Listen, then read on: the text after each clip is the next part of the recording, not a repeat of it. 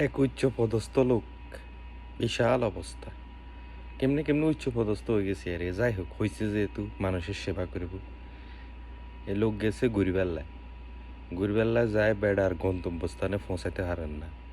রাস্তায় প্রচুর jam, jam থাকার কারণে বেড়া কিচ্ছে গাঁয়তুন নামিয়ে হরে আন্নের ওই হুন্দাইতে উঠছে, মোটর সাইকেল উঠছে। বেড়া হেলমেট লাগাইছে, যাতে মোটর সাইকেল চালার হাতের হেলমেট নাই, প্রোটেকশনও নাই।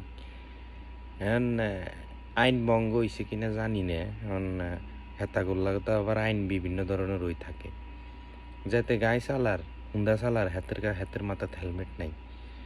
আবার দিয়ে সামনে দিয়ে আবার যেগুনে হেলমেটের লা ধরে সেগুলো আছে।